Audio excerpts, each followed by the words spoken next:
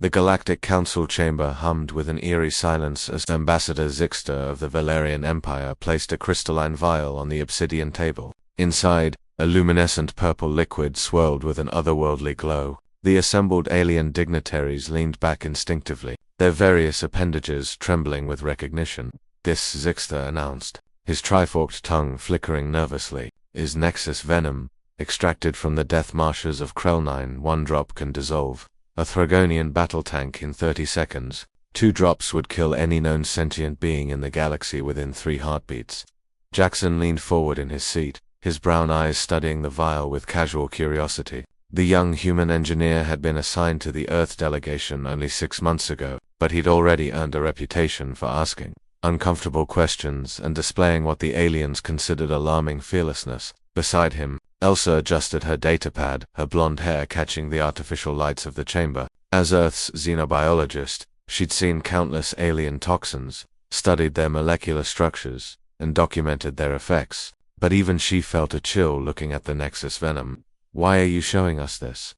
Elsa asked, her voice measured and professional. Zixta's scales rippled a sign of satisfaction among his species. "Because the Krellian Syndicate has threatened to weaponize this substance. They claim no species in the galaxy can survive it. We've tested it on representatives from 47 different worlds."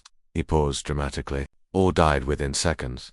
"Sounds serious," Jackson said, reaching for his coffee thermos. He took a sip and grimaced. "Cold again. Stupid recyclers." The Valerian ambassador's eyes widened, all 3 of them. "You understand the gravity of this situation, human? This venom represents an extinction-level threat to every civilization in this sector." "Oh, I get it," Jackson replied, setting down his thermos. "Nasty poison, bad guys want to use it. Galaxy's in danger. Standard Tuesday." He stretched his arms above his head. "But here's what I don't get, why can't you just neutralize it? You guys have been spacefaring for what, 10,000 years? Surely you've developed countermeasures." A ripple of uncomfortable murmurs spread through the chamber. The truth was embarrassing. Despite millennia of advancement, the galaxy's greatest minds had found no defense against Nexus Venom. Elsa pulled up chemical analyses on her datapad. "The molecular structure is fascinating," she murmured. "It's not just a toxin, it's almost like a living thing. It adapts to whatever biology it encounters." "Precisely," Zixta confirmed. "It's been engineered over millions of years of evolution. Nothing survives it." Jackson stood up, walked over to the vial, and picked it up. Immediately, 6 different species of guards reached for their weapons. "Relax," Jackson said, holding up his free hand. "I'm just looking." He held the vial up to the light, watching the venom swirl. "You know what this reminds me of? This stuff my grandfather used to drink back in Kentucky. Called it moonshine. Looked just about as suspicious." "Hume Jackson, please return the venom to the butt." Jackson had already unscrewed the cap. The chamber erupted in chaos. Aliens dove under tables. Some activated personal shields. Others simply fainted. Elsa jumped to her feet, her medical training screaming at her to stop him, but she was too far away. Jackson raised the vial to his lips and took a generous swig. Time seemed to stop. Every eye in the chamber, and there were dozens of different types fixated on the human. They waited for him to convulse, to collapse, to dissolve into a puddle of organic matter. Jackson swallowed, smacked his lips thoughtfully, and then, "Excuse me," he said, patting his chest. Then he looked at the remaining liquid in the vial with mild disappointment. "Got anything stronger? This tastes like watered-down Jägermeister with a hint of battery acid. 3 out of 10. Would not recommend." The silence that followed was absolute. Even the chamber's environmental system seemed to stop humming. Elsa was the first to find her voice. "Jackson, how are you alive?" Jackson shrugged. "I mean, it's pretty spicy, I'll give you that. Definitely feeling a tingle, but stronger. I once did shots of absinthe mixed with hot sauce on a dare. This isn't even close." Zixta had collapsed in his chair, all 3 eyes twitching independently. "Impossible, impossible. You should be dead. You should be very dead." "Yeah, I've been told I should be dead a lot," Jackson said, sitting back down. "Ate expired sushi in Tokyo, swam in the Ganges River, tried durian fruit in Singapore. Still kicking." He paused. "Though I will say my stomach's making some interesting noises right now."